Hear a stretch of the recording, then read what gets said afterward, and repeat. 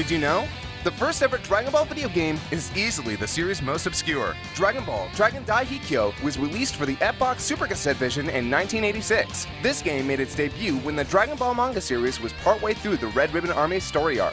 Dragon Ball Dragon Dai Hikyo was the Super Cassette Vision's very last game. Another lesser-known Dragon Ball game was a 1994 Japan-exclusive arcade machine, Dragon Ball Z VR Versus. It was a Punch-Out style fighting game controlled with a joystick and 3 buttons. There was also a deluxe edition that featured motion sensors which allowed players to control the characters with their own bodies. The final boss of VR Versus is an original character called Ozoto, the Super Monster. Ozoto has the ability to transform into any of the other characters in the game. After defeating Ozoto, the player is awarded with a cutscene of their character making a wish to the dragon. Goku wishes for a lot of food. Gohan wishes his mother would forget about making him study for a while. Vegeta wishes to have the world beneath his feet. Piccolo wishes to fight the strongest man in the world, and Trunks wishes for his father to be alive in his timeline. At one point, Dragon Ball Z VR Versus was going to be ported to the 3DO.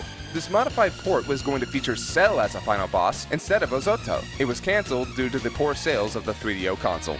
One modest 1993 card battle game for the Nintendo Famicom inadvertently became the Dragon Ball Z series' most revisited concept. The game was called Dragon Ball Z Side Story: Plan to Eradicate the Saiyans. It was unique as a Dragon Ball game as it featured an entirely new storyline. It took place sometime around the Cell Saga and centered around a new original villain called Hachiyak. 2 video cassette tapes were released as supplementary material which contained an animated feature depicting the full narrative of the game. Plan to Eradicate the Saiyans was made as a Bandai Playdio launch title in 1994. This version was known as The True Plan to Eradicate the Saiyans and contained FMV clips of the supplementary animated feature on the game disc. The storyline was later used again in Dragon Ball Raging Blast 2 in 2010. This game came with a reanimated, shortened version of Plan to Eradicate the Saiyans called The Plan to Eradicate the Super Saiyans. Raging Blast 2 marks the first time this video game exclusive storyline was officially released outside of Japan. Over the years, fans have found a wealth of hidden content by looking at the data of various Dragon Ball Z games. A user at Dragon Ball fan site Kanzenju.com named Coldskin found evidence of cut content in the debug menu for Super Butoden 3. A full animation of Android 18's super move can be seen, despite the fact that Android 18 was one of 2 characters in the game that, mysteriously, never had super moves. The cut super move was based on an attack Android 18 inflicted on Gohan in the History of Trunks TV special. Another unused animation that was discovered in the debug menu shows Trunks deflecting a blast from an opponent.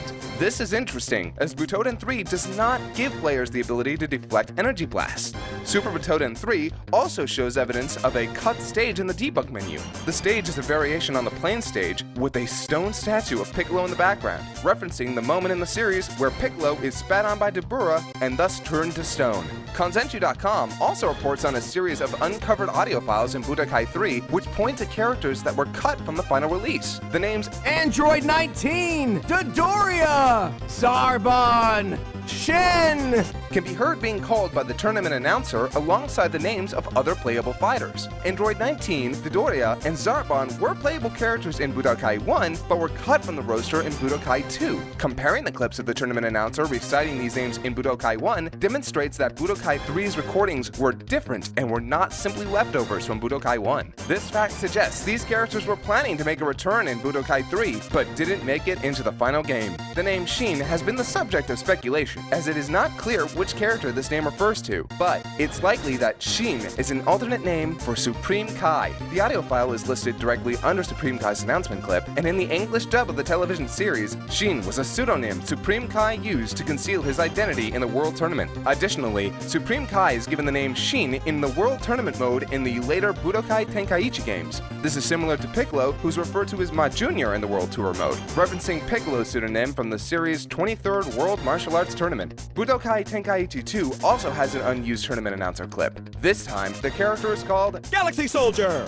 It's speculated that this name belongs to a test fighter, but it's possible that it was an unused planned character. It may also be an earlier name of the playable character Frieza Soldier. There are more strange details that are revealed by cut audio in the Budokai Tenkaichi series. In the English dub of Budokai Tenkaichi 1, the Ginyu Force member Jace had a crude battle taunt that was censored in subsequent releases. In Budokai Tenkaichi 2 and 3, Jace will sometimes begin a match by reciting a phrase that is abruptly cut off at the end. Don't play stupid with me! In Budokai Tenkaichi 1, the full quote can be heard, uncut. Don't play stupid with me, wanker!